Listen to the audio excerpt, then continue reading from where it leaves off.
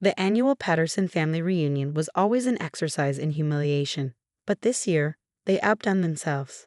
I sat quietly at the far end of the massive dining table in my parents' Hampton estate, watching my siblings and cousins parade their legal achievements like peacocks. And then I closed the Morrison merger for $80 million. My sister Amanda announced, her Harvard law ring glinting as she gestured with her wine glass. Biggest deal of the quarter. That's my girl, Dad beamed, ever the proud patriarch of Patterson and Associates, following in the true family tradition. I took another sip of water, already knowing what was coming. Right on cue, my mother's eyes found me at the end of the table. Of course, not all of us chose to uphold the Patterson legacy, she said with practiced disappointment. Some of us made alternative choices. 20 pairs of eyes turned to me. Emily Patterson, age 38, head librarian at the Boston Public Library's rare book collection. The family disappointment. How are the books, Emily? My younger brother Michael asked with fake concern. Still making that whopping $45,000 a year. I smiled serenely, thinking of the conversation I'd had with Uncle Robert just last week before his unexpected passing.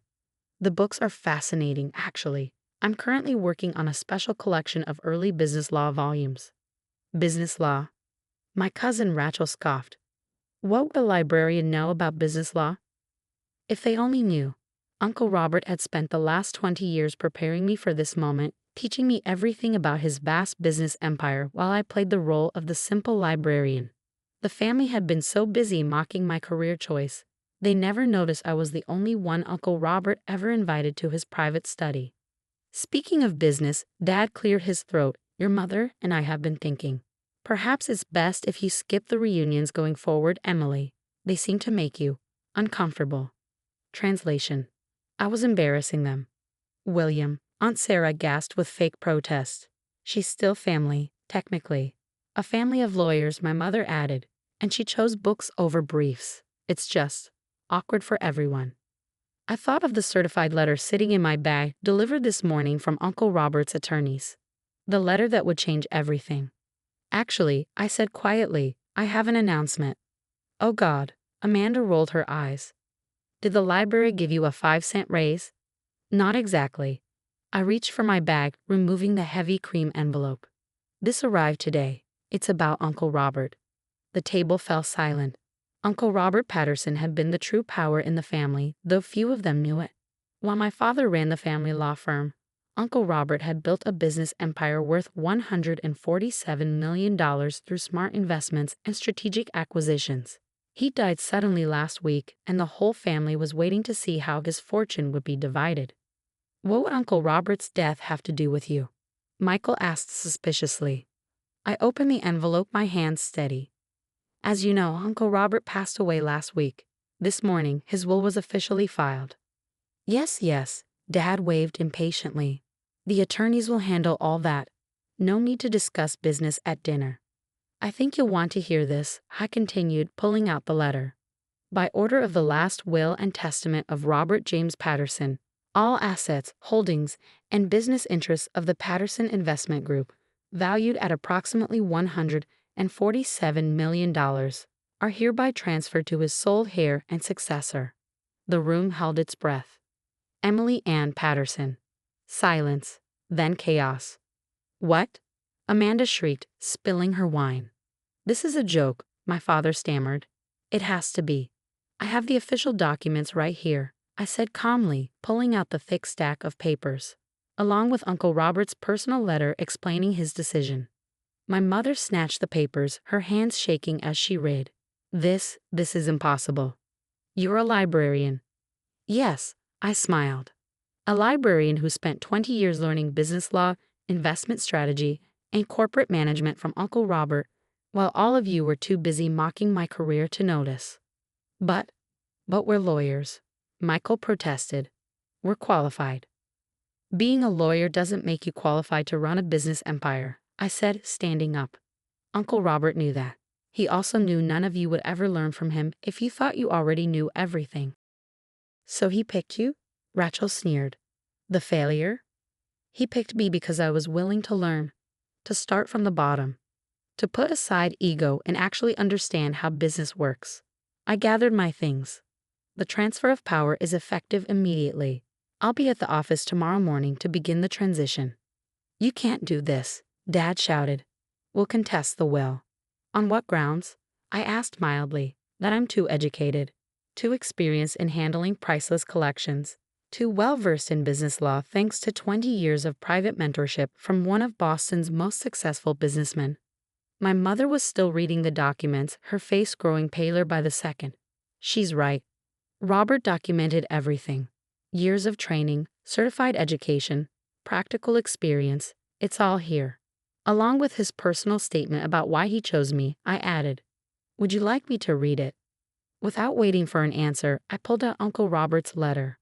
"To my family. If you're reading this, you're probably wondering why I left my entire empire to Emily, the simple librarian. The answer is simple. She was the only one who understood that true success comes from learning, not knowing. While the rest of you celebrated your law degrees and mocked her career, Emily spent 20 years studying with me. She can quote business law better than any of you. She understands investment strategy better than your expensive MBA programs could teach. And most importantly, she knows how to learn from others instead of assuming she already knows everything. The Patterson Investment Group needs a leader who understands that knowledge isn't about degrees on a wall. It's about the wisdom to keep learning, growing, and adapting. Emily has proven herself worthy of this legacy, not despite her career choice, but because of it. A good librarian knows that every book holds wisdom, and every person has something to teach us. The empire is hers. Any attempt to contest this will result in the entire estate being donated to the Boston Public Library. Choose wisely." Robert Patterson. The silence that followed was deafening. "Now," I said, gathering my things, "if you'll excuse me, I have an empire to run." "Oh, and about skipping future reunions." I smiled at my father. "That won't be necessary. I'm hosting next year's gathering at my new office. The view from the 60th floor is quite spectacular." As I walked out of the dining room, I heard Amanda whisper, "What just happened?" "What happened?" I called back without turning, "is that the family disappointment just became your boss. I expect to see all of you at the shareholders meeting next week. Don't be late. I've learned punctuality is essential in both libraries and boardrooms." The door closed behind me with a satisfying click, leaving a family of lawyers speechless for perhaps the first time in Patterson history. Uncle Robert had taught me well. Sometimes, the best revenge isn't arguing or fighting. It's simply waiting for the right moment to check out your victory. As I drove away from the Hampton estate, my phone buzzed with messages from family members suddenly eager to reconnect with their dear cousin Emily. Too late. The simple librarian had already cataloged them exactly where they belonged. Under H for history. Time to write a new chapter in the Patterson family story. And this time, I'd be holding the pen. The morning after the reunion bombshell, I walked into the Patterson Investment Group headquarters wearing my librarian best, a perfectly tailored Channel suit that Uncle Robert had insisted I keep for the right moment. The security guard, who'd watched the family parade through for years, did a double take. "Ms. Patterson, Emily Patterson." "Good morning, George," I smiled, using his name from the countless times I'd slipped in for private meetings with Uncle Robert. "I believe my biometric access is already active." He checked his screen, eyes widening. "Yes, ma'am. Full executive clearance." The elevator ride to the 60th floor was smooth and swift. Uncle Robert's, now my, executive suite occupied the entire floor. As the doors opened, I was greeted by Margaret, his longtime executive assistant. "Good morning, Ms. Emily," she smiled warmly. "Your uncle said you'd be coming. The board is already gathering in the main conference room. Your family members have been persistent in their attempts to schedule emergency meetings. I'm sure they have." I set my briefcase down on what was now my desk. "How many lawyers have they called?" 17 since last night. All were directed to the sealed documents your uncle prepared." I nodded, checking my watch. "And the emergency board meeting they demanded?" "Scheduled for 9 a.m., as you requested, though your father is insisting it's illegal without him present. He'll learn." I pulled out a thick folder. 20 years of preparation condensed into one morning's presentation. "Is everything ready?" "Just as Mr. Robert planned." Margaret's eyes twinkled. "He said you'd know exactly what to do." At precisely 9 a.m., I walked into the conference room. The board members, mostly old friends of Uncle Robert, sat on one side, my family crowded the other, looking like they'd barely slept. "Good morning," I said calmly, taking my place at the head of the table. "I believe some of you have concerns about the transition." "Concerns?" my father exploded. "This is absurd. You can't possibly." "Actually," I cut in, "I can. And I will. Margaret, please distribute the folders." As the folders were passed around, I began my presentation. "Before you are the complete financial records of Patterson Investment Group for the past 20 years. You'll notice my signature on key decisions dating back 15 years, my certifications in business management and investment strategy, and detailed documentation of my apprenticeship under Robert Patterson." The board members were nodding. They'd known all along. "This is impossible," Amanda sputtered. "You're a librarian." "Yes," I smiled. "A librarian with an MBA from Wharton, completed at night while working at the library. A librarian who's been secretly serving on the boards of 3 of our subsidiary companies. A librarian who helped structure the Morrison merger you're so proud of, Amanda." Her face went pale. "What? Who do you think found the legal precedent that made the merger possible?" "Uncle Robert knew you'd never look in the library for business solutions, so that's exactly where we worked." I clicked to the next slide, showing a complex organizational chart. "For the past 5 years, I've been de facto COO of this company, operating through Uncle Robert. Every major decision, every acquisition, every strategy, I was involved." The board members were smiling now. They'd watched me grow up in this company while my family was busy mocking my career. "This is outrageous," my father started again. "No, Dad," I cut him off. "What's outrageous is assuming that success only looks one way. While you were all congratulating yourselves on your law degrees, I was actually learning how to run a business empire." I clicked to the final slide, a graph showing company growth over the past 20 years. "Under my hidden leadership, working with Uncle Robert, company value has increased 312%. Any questions about my qualifications?" The silence was deafening. Now I continued, "As for the family law firm's contracts with Patterson Investment Group." I paused, letting them squirm. "They'll be reviewed for renewal next quarter, based on merit." "You can't," Michael began. "I can, and I will. This is no longer a family favor factory. It's a business." I stood up. "Board members, thank you for your time. Family members, I believe you can find your own way out. Margaret will help you schedule proper appointments if you wish to discuss business matters." As they filed out, my mother lingered. "Emily, we didn't know." "That's exactly the problem, Mom. You never bothered to know." I turned to the windows, dismissing her. "Margaret, please show them out. I have an empire to run. Sometimes the best revenge isn't just proving them wrong. It's proving you were right all along." As I settled into Uncle Robert's chair, my chair now, I smiled at the library book still sitting on the desk where he'd left it. The Art of War. Time to show them what a librarian who knows Sun Tzu can really do. 3 months into my reign as CEO of Patterson Investment Group, the changes were becoming evident. The stock had risen 23% since the announcement of my succession, mainly because investors appreciated my methodical, research-based approach, skills honed through years of library work. I sat in my office, reviewing the latest acquisition proposal, when Margaret buzzed in. "Your sister Amanda is here.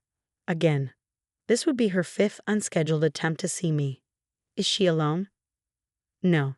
She's with your mother and Aunt Sarah." "Perfect." The family's negotiating team had arrived. "Give me 5 minutes, then send them in." I used those minutes to pull up 3 specific files on my computer, ones I knew would be relevant to this conversation. When they entered, I didn't look up immediately, letting them take in the changes to Uncle Robert's old office. The hunting trophies had been replaced with rare book displays. The old leather furniture was now modern and sleek. Everything spoke of precision and intelligence rather than old money power. "Emily," my mother started, "we need to talk about the family's position in the company."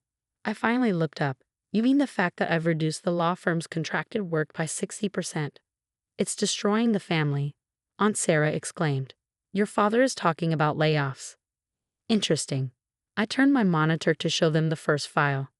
"Because according to our billing records, Patterson and Associates has increased its client list by 40% since I took over." They shifted uncomfortably. "It seems," I continued, That when other firms learned you no longer had a monopoly on our business, they realized you must actually be good lawyers to keep any of it. Your reputation has improved. Amanda stepped forward. That's not the point. Actually, it's exactly the point. I pulled up the second file. This is the quality analysis of legal work done for Patterson Investment Group over the past decade. Notice how the quality improved dramatically once firms had to compete for our business. My mother sank into a chair. You've been analyzing us all along. Of course, just like I analyzed every book in my library. Quality matters, Mom. Results matter. But we're family, Aunt Sarah protested. Yes, the same family that spent 20 years mocking my career choices. I showed them the third file. This is interesting. It's the transcript from last year's family reunion. Uncle Robert recorded everything. Their faces paled. Let's see, Amanda, you said I was wasting my potential. Mom, you called me a disappointment to the Patterson name. And Aunt Sarah, you suggested I wasn't really a Patterson anymore. We didn't mean. Yes, you did. I closed the files. But here's what you never understood. Every day I spent cataloging books, I was learning something you never bothered to learn. How to find and organize information. How to see patterns. How to build systems that work. I stood up, walking to the rare book display. This first edition of Wealth of Nations. Uncle Robert gave it to me 10 years ago. Said it was worth more than a law degree if you actually understood it. How many of you have read it? Silence. That's what I thought. I turned back to them. Now about the law firm's contracts. They'll continue to be awarded based on merit, not blood. You want the work. Earn it. And what about the family? My mother asked quietly. The family? I smiled. Funny you should ask. I'm hosting a different kind of reunion next week. Not at the Hampton House. Here, in the company's historical archive room. The archive room? Amanda looked confused. Yes, I spent 3 months organizing Uncle Robert's records. Found some fascinating documents about how this company was really built. Things the family never knew. Aunt Sarah leaned forward. What kinds of things? Come to the reunion and find out. But be warned, it's not about showing off law degrees this time. It's about learning our true family history. They exchanged glances, finally understanding that the power dynamic had permanently shifted. Now, I said, checking my watch, I have a board meeting. Margaret will show you out. As they left, Amanda paused. Emily, I'm sorry. For what it's worth. It's worth exactly what it's always been worth, Amanda. Nothing. I picked up my folder. Actions matter more than words. Remember that at the reunion. After they left, I walked to Uncle Robert's old safe, now mine, and pulled out his personal journal. The last entry, written days before his death. Read. Emily will show them what true power is, not the power of intimidation or position, but the power of knowledge. They thought she was filing books while they were winning cases. They never realized she was learning how to write their history. I smiled, putting the journal back. The reunion would be interesting indeed. 20 years of family secrets, carefully cataloged and preserved, ready to be shared. Sometimes the best revenge isn't in the showing. It's in the knowing. And I knew everything. The board was waiting, but I took a moment to straighten the books in my display. Each one had been chosen carefully. Each told a story. Just like the story I was about to tell the family, one they never expected to hear from the simple librarian. One that would rewrite their understanding of everything they thought they knew. Time to open some books they'd never bothered to read, and show them why knowledge truly is power. The family archive reunion was set in the company's newly renovated historical room, a space I had transformed from a dusty storage area into a museum-quality archive. As family members filed in, their eyes widened at the displays. Carefully curated documents, photographs, and ledgers spanning 3 generations of Patterson history. Welcome, I said, standing at the front, to the real Patterson family story. The room was silent. All 23 family members were present, even those who'd never attended traditional reunions. Curiosity, it seemed, was a powerful motivator. Let's begin with this. I gestured to the first display.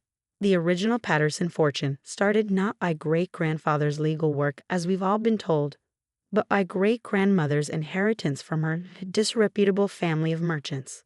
My father shifted uncomfortably as I continued. And here, I pointed to another document, Uncle Robert's first business deal. Not the success story he told at dinners, but actually a near bankruptcy saved by his secretary's keen investment advice. The same secretary our family refused to acknowledge at his funeral last month. One by one, I unveiled the true stories behind the Patterson legacy, the failures hidden beneath the successes, the help received from those the family deemed beneath them, the real sources of their precious fortune. And finally, I said, reaching a last display, Uncle Robert's personal journals. 20 years of observations about every family member, including his reasons for choosing his successor. I opened the journal to a marked page and read aloud. The Patterson family's greatest weakness is their certainty in their own superiority. Emily alone understands that true wisdom lies in acknowledging what you don't know. While they mocked her career, she built something more valuable than any law degree, the ability to learn, to adapt, and to see the truth behind the stories we tell ourselves.